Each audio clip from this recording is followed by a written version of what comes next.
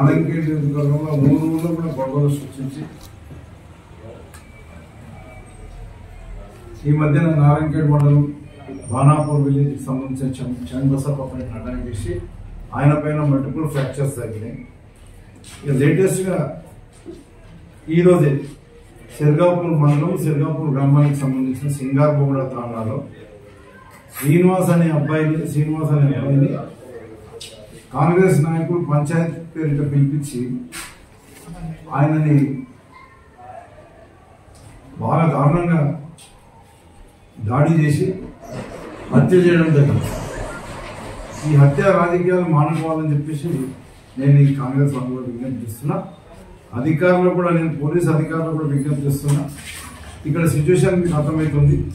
కాంగ్రెస్ వాళ్ళు రెగ్యులర్గా దౌర్జన్యాలకు పాల్పడతారు కాబట్టి ఇక్కడ పోలీస్ బందోబస్తులో పెంచి స్వేచ్ఛాయుతమైన ఎన్నికలు నిర్వహించాలని చెప్పేసి నేను కలెక్టర్ గారికి కూడా విజ్ఞప్తి చేస్తున్నా, పోలీస్ డిపార్ట్మెంట్ కూడా విజ్ఞప్తి చేస్తున్నా. అట్లనే ఈ సంఘటనలో ఇన్వాల్వ్ అయిన ప్రతి ఒక్కరిని కూడా, ఎవరిని కూడా వదిలిపెట్టకుండా అందరిని ఇమీడియట్గా అరెస్ట్ చేసి, చట్ట విరుద్ధంగా పోతే ఈ రకమైన శిక్ష ఉంటుంది అనేది ప్రతి ఒక్కరికి అర్థమయ్యే విధంగా చేసి, వల్ల ఇలాంటి సంఘటనలు పునరావృతం కాకుండా చూడాల్సిన బాధ్యత పోలీస్ డిపార్ట్మెంట్ మీద ఉందని చెప్పేసి. అసలు ముఖ్యమైన కారణం ఏంటంటే ఈ కాంగ్రెస్ వల్ల దౌర్జన్యాలు ఎక్కువైపోయినాయి. ఎలక్షన్ కోడ్ మార్చిలో డిక్లేర్ అయిన తర్వాత కొత్త పనులు ప్రారంభించకూడదు, కోడ్ ఉల్లంఘన కిందికి వస్తుంది. కానీ ఈ కాంగ్రెస్ నాయకులు విచ్చలవిడిగా పట్టపగ్గాలు లేని విధంగా మంజూరైన పనులకు, కొత్త పనులకు ఈ అధికారులు తొత్తులైపోయి వాళ్ళ సహకారంతో ప్రతి గ్రామంలో ఇట్లనే వర్కులన్నీ చేపించి, కోడ్ ఉల్లంఘించి వర్కులన్నీ చేపించి అక్కడ ఊళ్ళో గొడవలకు కారణమైంది. ఇది ఒకటే గ్రామం కాదు, ఈ సింగారగూడ గ్రామంలో అదే ఉన్నది, సంఘంలో అదే ఉన్నది. ప్రతి ఊర్లో కూడా కొత్త వర్కులు ఇప్పుడు స్టార్ట్ చేస్తుంది. అసలు ఈ సంఘటనకు ముఖ్య కారకులు అంటే ఒక పక్కన అధికారులకు ముఖ్య కారకులు అవుతారు. ఎందుకంటే ఎలక్షన్ ఉన్నప్పుడు పనులు చేస్తే గొడవలు అయితే అని తెలిసి కూడా ఎలక్షన్ కోడ్ అమల్లో ఉండగా కూడా వీళ్ళకి ఎన్నిసార్లు నేను కూడా నాకు తెలియగానే ఇమీడియట్గా ఇన్ఫర్మేషన్ ఇచ్చినా కానీ కూడా వాళ్ళు అవన్నీ పట్టించుకోకుండా ఊళ్ళలో గొడవలు సృష్టించి ఈరోజు ఈ హత్యకు వాళ్ళు కూడా కారకులు అని చెప్పేసి వాళ్ళు కూడా ఎలక్షన్ కోడ్ అమల్లో ఉండగా ఈ పనులు చేయించినందుకు వాళ్ళపైన కూడా ఈ హత్యకు కారకులుగా చేసి చర్యలు తీసుకోవాలని చెప్పేసి నేను విజ్ఞప్తిస్తున్నాను. ముఖ్యంగా ఈ హత్య జరిగింది సిర్గాపూర్ మండలం సిర్గాపూర్ గ్రామంలో.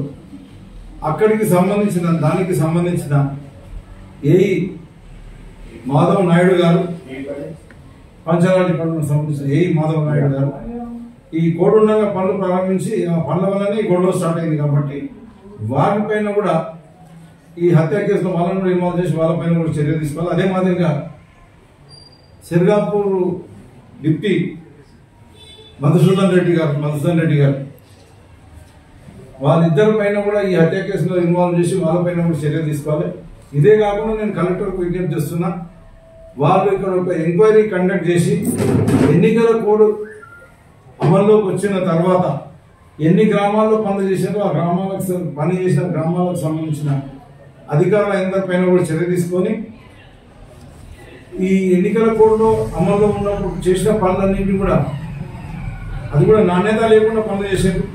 6 ఇంచులు సీసీ రోడ్ వేయాల్సిన జాగ్రత్త కేవలం 1 ఇంచు 2 ఇంచులు సీసీ రోడ్ వేయడము, మట్టితోనే కలిపి సీసీ రోడ్లు వేయడము, ఓన్లీ డస్ట్ వాడి సీసీ రోడ్ వేయడం, సిమెంట్ కూడా సరిగా అవసరమైనంత సిమెంట్ వేయకపోవడం, ఇట్లాంటి నాణ్యత లేని పనులు చేసి ఇటు గవర్నమెంట్ నుకసాన్ చేసుకుంటూ ఊళ్ళలో గొడవలకు కారణమైన అధికారులందరిపైన కూడా చర్యలు తీసుకోవాలి. ఆ పనులన్నిటి మీద విజిలెన్స్ ఎంక్వైరీ కూడా చేసి వాళ్ళపైన తప్పు చేసిన అధికారులపైన చర్యలు తీసుకోవాలి.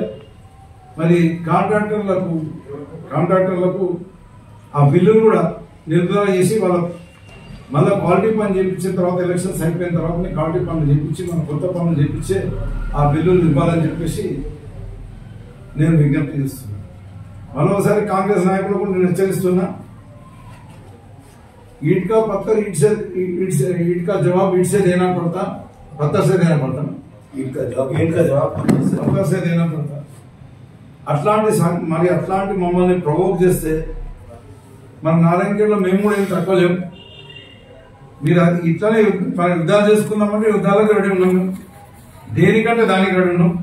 కానీ నేను ఏ రకంగా అయితే అధికారం ఉన్నానో, మా టీఆర్ఎస్ పార్టీ అధికారం ఉన్నప్పుడు ప్రతి ఒక్కరికి స్వేచ్ఛనిచ్చి ఎక్కడ గొడవ లేకుండా అందరూ సుఖశాంతులతో ఏ రకంగా అయితే బతికిరో ఇప్పుడు కూడా మీకు చేతనైతే ఆ రకంగా శాంతిని నెలకొల్పాలని నా విజ్ఞప్తి. మీకు ఒకవేళ మీకు మంచి గుణం కనుకుంటే, నారాయణఖేడ్ ప్రజల మీద మమకారం కనుక ఉంటే, మీరు నేను చేసిన అభివృద్ధి కంటే ఇంకా 10 రెట్లు అభివృద్ధి చేసి నారాయణఖేడ్ని ప్రజల మనసును తిరగొట్టడానికి. కానీ ఇలాంటి దుశ్చర్యలకు పాల్పడితే ప్రతి చర్యలు కూడా తప్పని చెప్పేసి నేను విజ్ఞప్తి చేస్తున్నా. కాబట్టి నేను ఈ అధికారులందరి మీద కూడా చర్యలు తీసుకోవాలని చెప్పేసి పోలీస్ డిపార్ట్మెంట్ వారికి, అదే మాదిరిగా మన parliament constituency returning officer collector గారికి, నేను ఆల్రెడీ ఇంతకుముందు నిన్న కూడా అసిస్టెంట్ రిటర్నింగ్ ఆఫీసర్ ఎవరైతే ఉన్నారో ఆర్డీఓ గారికి కూడా ఇంటిమేషన్ ఇచ్చిన, వాళ్ళు కూడా వాట్సాప్ లో కూడా పెట్టినా ఇట్లా వర్కులు జరుగుతున్నాయని చెప్పేసి వాళ్ళు కూడా నిర్లక్ష్యం